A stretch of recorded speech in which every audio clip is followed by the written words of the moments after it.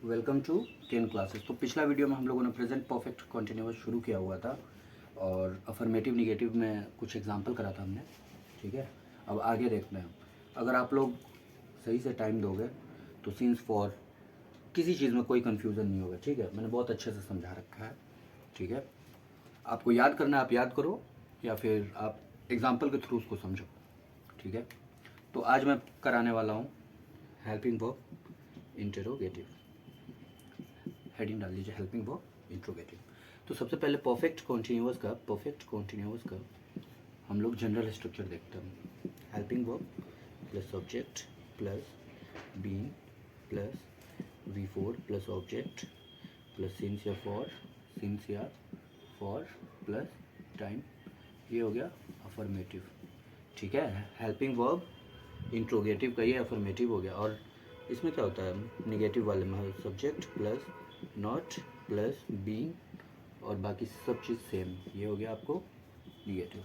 ठीक है, तो प्रेजेंट परफेक्ट कॉन्टिन्यूअस हम लोग पढ़ रहे हैं। तो मैंने पिछला वीडियो में बताया कि यहाँ पे हेल्पिंग वर्ब में हैव या हैज़ यूज़ होगा। ठीक है, और वहीं आपको अगर पास्ट परफेक्ट कॉन्टिन्यूअस साथ ही साथ पढ़ना है तो हैव हैज़ की जगह बस हैड कर लेना। ठीक है, और जैसे इसका मैंने पहचान बताया था कि रहा है रही है प्लस टाइम होता है, तो पास्ट परफेक्ट कॉन्टिन्यूअस में क्या हो जाएगा, रहा था रही थी प्लस टाइम हो जाएगा। ठीक है, कुछ एग्जांपल करते हैं और तब समझते हैं क्या बोल रहा हूँ मैं। पहला एग्जांपल मान लीजिए, क्या वे लोग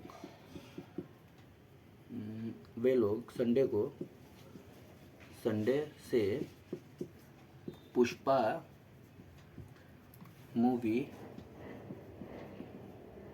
देख रहे हैं, क्वेश्चन मार्क। क्या वे लोग पुष्पा मूवी देख रहे हैं, तो इसका रिप्लाई हम हाँ या ना में दे सकते हैं। अगर सिर्फ इतना ही रहता क्या वे लोग पुष्पा मूवी देख रहे हैं, तो ये हो जाता प्रेजेंट कॉन्टिन्यूअस का हेल्पिंग वर्ब इंट्रोगेटिव। ठीक है, लेकिन यहाँ पे संडे से यानी कि टाइम फैक्टर एक दे दिया। ठीक है, तो ये क्या हो गया प्रेजेंट परफेक्ट कॉन्टिन्यूअस, क्योंकि प्रेजेंट परफेक्ट कॉन्टिन्यूअस का सबसे बड़ा पहचान है कि इसमें टाइम फैक्टर होता है। ठीक है, बस इसका स्ट्रक्चर लिख दीजिए जो अभी मैंने करवाया था। Helping verb plus subject plus been plus V4 plus object plus since या फॉर प्लस टाइम। ठीक है, प्लस क्वेश्चन मार्क। ठीक है, बस बना दीजिए। वे लोग के अकॉर्डिंग आएगा हैव दे, उसके बाद बीन कह रहा है तो been, have they been watching, V4 watching हो गया, वॉचिंग पुष्पा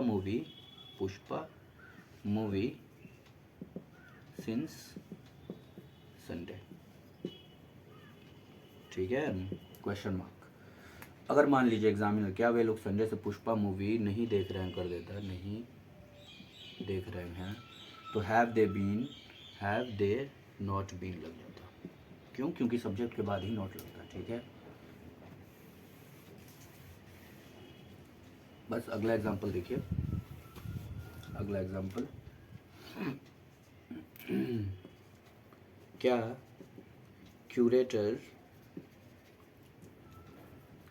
क्यूरेटर शाम से खाना खाते आ रहा है या फिर खाता रहा है या फिर खा रहा है, क्वेश्चन मार्क। क्या क्यूरेटर शाम से खाना खाते आ रहा है, तो इसका रिप्लाई हम हाँ या ना में दे सकते हैं। ठीक है, तो ये हो गया आपको प्रेजेंट परफेक्ट कॉन्टिन्यूअस। क्यों, क्योंकि यहाँ पे शाम से एक टाइम का फैक्टर आ गया। ठीक है, तो क्यूरेटर के अकॉर्डिंग हैज़ आ जाएगा, has curator been eating food since evening, question mark. ठीक है, अगर यहाँ पे एग्जामिनर क्या क्यूरेटर शाम से खाना नहीं खाता रहा है लिख दे, नहीं खाता रहा है, तो हैज़ क्यूरेटर नॉट लग जाएगा, not been eating food since evening. ठीक, अगला एग्जाम्पल कीजिएगा। क्यूरेटर का वैसे मीनिंग बता देता हूँ मैं। क्यूरेटर का मीनिंग होता है गेटकीपर ऑफ म्यूजियम का स्पेलिंग ध्यान रखिएगा लोग। ठीक है, एक और एक स्पेलिंग मैं बताता हूँ, वो भी ध्यान रखिएगा, अभी अचानक से याद आया, ज्वेलरी। एक और एग्जांपल आप लोग याद रखना, कंपल्सरी। एक और क्या बोलते हैं, स्पेलिंग याद रखना, कॉमेंट्री। कॉमेंट्री करता क्या है ना, ये जैसे कॉमेंट्री हो गया, कंपलसरी हो गया, और मैं बता देता हूँ, एक टेम्पोररी हो गया, टेम्पोररी, और एक कंटेम्पोररी हो गया, कंटेम्पोररी। तो ये सब ना एक ही मतलब ऑप्शन में दे देता है। 4 ऑप्शन हो गया ना, तो एक ऑप्शन ये देगा, दूसरा ऑप्शन ये देगा, तीसरा ऑप्शन ये देगा, चौथा ऑप्शन ये देगा। क्योंकि ये लोग मिलता जुलता है, मीन्स प्रोनाउंस करने में इन लोग मिलता जुलता है, तो इसीलिए ये सारे एक साथ आएंगे, ठीक है। तो आप लोग ये सबका स्पेलिंग, ये सही स्पेलिंग मैंने लिख रखा है। एग्जामिनर क्या करेगा, कोई एक स्पेलिंग गलत दे देगा या फिर 3 स्पेलिंग गलत देगा, एक स्पेलिंग सही कर देगा, ठीक है। तो आगे चलते हैं।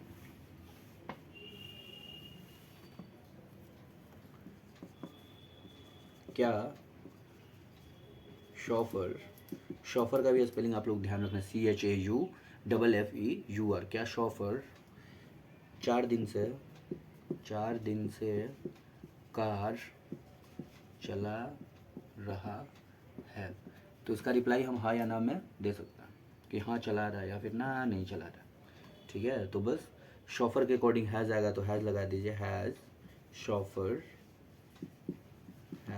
Chauffeur been driving car since, sorry यहाँ पे फॉर 4 days, ठीक है। क्वेश्चन मार्क क्यों, क्योंकि एक पीरियड ऑफ टाइम है, पॉइंट ऑफ टाइम नहीं है, पीरियड ऑफ टाइम, ठीक है। अगर मान लीजिए एग्जामिनर नोट लगा दे, क्या शॉफर 4 दिन से कार नहीं चला रहा है, कार नहीं चला रहा है, तो आप भी कर देना, has chauffeur not been driving car for 4 days। अगला example,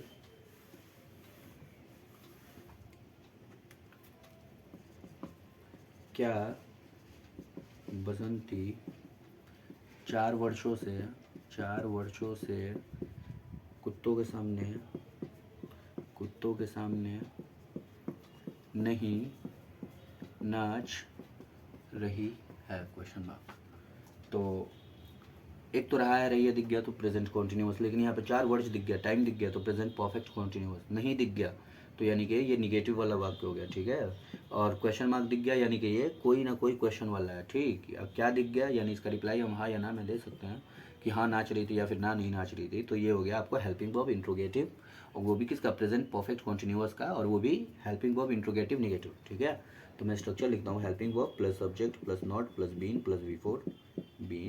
plus V4 plus object plus since या फॉर प्लस टाइम, ठीक है, plus question mark.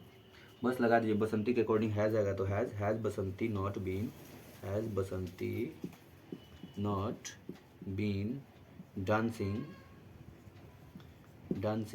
Before dogs for 4 years, ठीक है, क्वेश्चन मार्क। अगर एग्जामिनर यहाँ से नहीं हटा दे तो आप भी यहाँ से नहीं हटा देना, ठीक है, और बाकी सब सेम रहेगा, ठीक।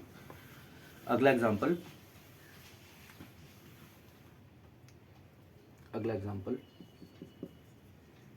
क्या हम लोग सुबह से गीत गा रहे हैं, क्वेश्चन मार्क। क्या हम लोग सुबह से गीत गा रहे हो, हाँ गा रहे हो, या फिर ना नहीं गा रहे हो, ठीक है। तो हाँ या ना में रिप्लाई दे सकते हैं, यानी कि ये हेल्पिंग वर्ब इंट्रोगेटिव हो गया। रहा है, रही है दिख गया प्रेजेंट कॉन्टिन्यूअस, लेकिन यहाँ पे सुबह से दिख गया टाइम, यानी कि प्रेजेंट परफेक्ट कॉन्टिन्यूअस हो गया, उसका भी हेल्पिंग वर्ब इंट्रोगेटिव अफर्मेटिव। बस स्ट्रक्चर लिखा है, helping verb subject been V4 object since या for plus time plus question mark. हम लोग के अकॉर्डिंग हैव आएगा तो हैव वी बीन, उसके बाद गाना का हो गया singing a song since morning, ठीक है, क्वेश्चन मार्क। इस वीडियो को यहीं पे ख़त्म करते हैं। अब मैं ना फिर से हल्का सा सिंस और फॉर का यूज़ बता देता हूँ, ठीक है, क्योंकि बहुत लोगों को कन्फ्यूज़न होगा कि कहीं सिंस लगा दे रहा हूँ, कहीं फॉर लगा दे रहा हूँ, आखिर कब सिंस लगाना है कब फॉर लगाना है, मैं बता देता हूँ। ये सिंस, यूज़ ऑफ सिंस लिखिए, यूज़ ऑफ सिंस। पहला यूज़ तो है इसका कैलेंडर में, ठीक है, पहले भी मैंने बोला था कि कैलेंडर का आप लोग स्पेलिंग ध्यान रखना, फिर से बोलता हूँ कैलेंडर का आप लोग स्पेलिंग ध्यान रखना, ठीक है। तो कैलेंडर में क्या, मंथ, जैसे कि जून, मई, एक्सेट्रा एक्सेट्रा, ठीक है। यानी कि सिंस जून, सिंस मई। डेट हो गया, डेट 1 मार्च, 2 मार्च, एक्सेट्रा एक्सेट्रा। ईयर हो गया, ईयर सिंस 2001, सिंस 2002, ये सब हो गया, ठीक है। डे, संडे, मंडे इत्यादि, ठीक है। ओकेजन, ईद, होली, दिवाली, etc, ठीक है। और ये हो गया ना। दूसरा यूज़ आप लोग इसका लिखो, क्लॉक। दूसरा यूज़ हो गया आपको क्लॉक, जैसे 5 o'clock, 6 o'clock, ठीक है। अगला लिखना है इसका यूज़, स्टेज ऑफ लाइफ, जैसे चाइल्डहुड, ठीक है। एडोलेसेंस मतलब जो किशोरावस्था होता है। आखिरी यूज़ इसका लिखना, आखिरी use part of the day, ठीक है। पार्ट ऑफ द डे, जैसे इवनिंग, मॉर्निंग, आफ्टरनून, ठीक है, एक्सेट्रा एक्सेट्रा। तो ये हो गया आपको सिंस का यूज़। आप इसका स्क्रीनशॉट ले लो, तब तक मैं फॉर का यूज़ बता देता हूँ। फॉर का यूज़ तो बहुत ही आसान है, ठीक है। फॉर का यूज़ बहुत ही आसान है। सिंस का यूज़ मैंने बता दिया, ये था सब का सब पॉइंट ऑफ टाइम, ठीक है। अब फॉर का यूज़ मैं बता देता हूँ। For period of time,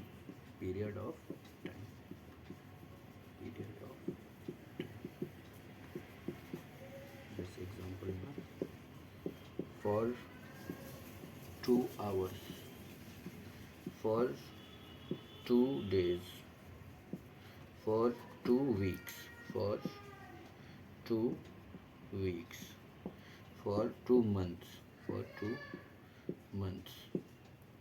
for 2 years, ठीक है। तो ये सब में हो गया आपको फॉर का यूज़, ठीक।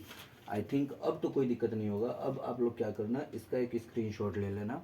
ये दिख रहा है ना, पीरियड ऑफ टाइम है, ठीक है। तो ये वीडियो यहीं पर ख़त्म करता है।